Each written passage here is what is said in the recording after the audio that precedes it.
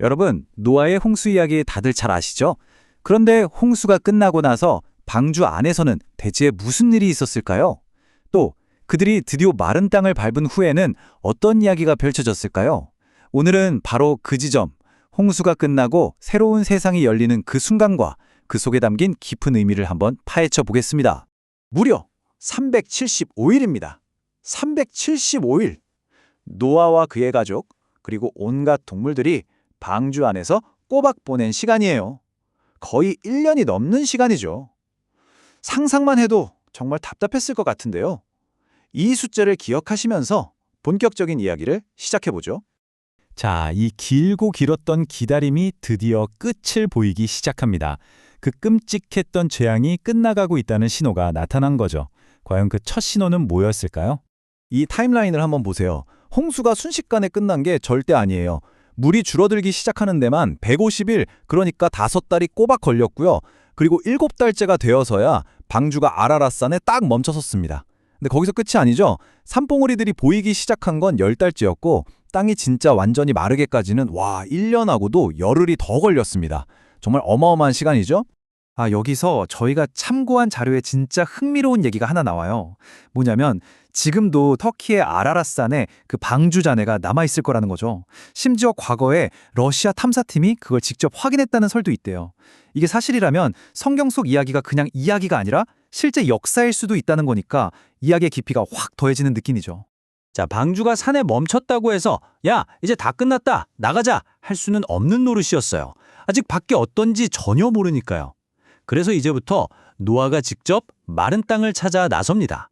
노아가 어떻게 했을까요? 처음엔 까마귀를 내보냈어요. 그 다음엔 비둘기를 보냈는데 이 첫 번째 비둘기는 그냥 돌아와 버려요. 아직 쉴 곳을 못 찾은 거죠. 아직 멀었나 싶었을 텐데 7일 더 기다렸다가 다시 비둘기를 날려보냅니다. 그런데 이번엔 달랐어요. 뭔가를 입에 물고 돌아온 겁니다. 바로 이거였어요. 파릇파릇한 올리브새 잎사귀? 정말 이 작은 잎사귀 하나가 모든 걸 바꿔놓은 거죠. 이건 그냥 나뭇잎이 아니에요. 이제 물이 빠졌다, 땅에서 다시 생명이 자라고 있다. 이걸 보여주는 명백한 증거이자 정말 엄청난 희망의 메시지였던 겁니다. 그리고 드디어 그 순간이 왔습니다. 1년 넘게 갇혀 지냈던 그 방주의 문이 드디어 열리는 거죠. 하나님이 말씀하십니다. 이제 방주에서 나와라. 그리고 이 땅 위에서 다시 생육하고 번성해라. 이건 새로운 인류, 새로운 세상의 시작을 알리는 정말 가슴 벅찬 선언이었을 겁니다. 자, 그럼 여러분, 375일 만에 드디어 마른 땅을 밟은 노아가 가장 먼저 뭘 했을까요? 이 첫 번째 행동이 이 이야기 전체에서 정말 중요합니다. 놀랍게도 그는 땅을 둘러보거나 집을 지을 생각부터 한 게 아니었어요. 가장 먼저 한 일은 바로 하나님께 제단을 쌓고 예배를 드린 겁니다. 감사의 예배였죠. 여기서 왜 정결한 짐승들을 굳이 7쌍씩이나 데리고 탔는지 그 이유가 밝혀지는 거죠. 바로 이 예배를 위해서, 그리고 또 앞으로 번성할 것을 위해서, 그 엄청난 심판 속에서도 이런 세밀한 계획이 다 있었던 겁니다. 노아의 감사 예배에 하나님이 정말 놀라운 약속으로 화답하십니다. 그런데 그 약속을 하신 이유가 좀 특이해요. 우리가 생각하는 그런 이유가 아니거든요. 다시는 사람 때문에 땅을 저주하지 않겠다. 왜냐하면 사람은 어려서부터 그 마음의 계획이 악하기 때문이다. 잠깐만요. 좀 이상하지 않으세요? 악하기 때문에 심판을 내리셨는데 이제 와서는 바로 그 악함 때문에 다시는 심판하지 않겠다고 하시는 거예요. 완전 모순처럼 들리잖아요. 바로 여기에 핵심이 있습니다. 자, 여기서 저희가 참고한 자료가 아주 중요한 포인트를 짚어내요. 홍수 전에는 인간의 악함이 항상 그랬다고 하거든요.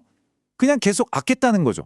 그런데 홍수 후에는 어려서부터 악하다고 표현이 바뀝니다. 이게 무슨 뜻이냐면 자료에 따르면요.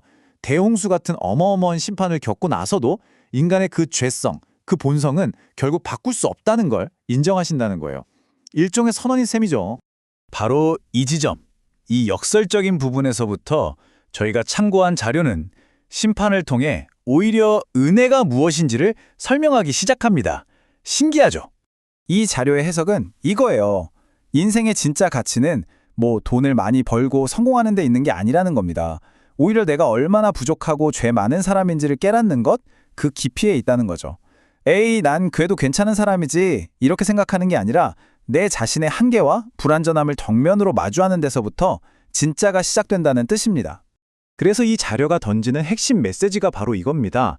내가 정말 구원받을 자격이 없는 비참한 죄인이구나라는 걸 뼈저리게 깨달을 때, 바로 그때 예수 그리스도의 복음이 그냥 좋은 이야기가 아니라 진짜 나를 위한 복음으로 다가온다는 거예요. 절대적인 심판을 경험해봐야 그 후에 주어지는 용서와 은혜가 얼마나 값진 것인지 알 수 있다는 거죠. 결국 노아의 이야기는 우리에게 이런 질문을 남깁니다. 어떻게 모든 것을 쓸어버린 절대적인 심판의 이야기가 동시에 구원의 시작이 될 수 있었을까요? 가장 완전한 파괴 속에서 어떻게 희망과 약속이 싹틀 수 있었을까요? 이 모순처럼 보이는 질문이야말로 홍수 그 이후의 이야기를 제대로 이해하는 가장 중요한 열쇠가 아닐까 싶습니다.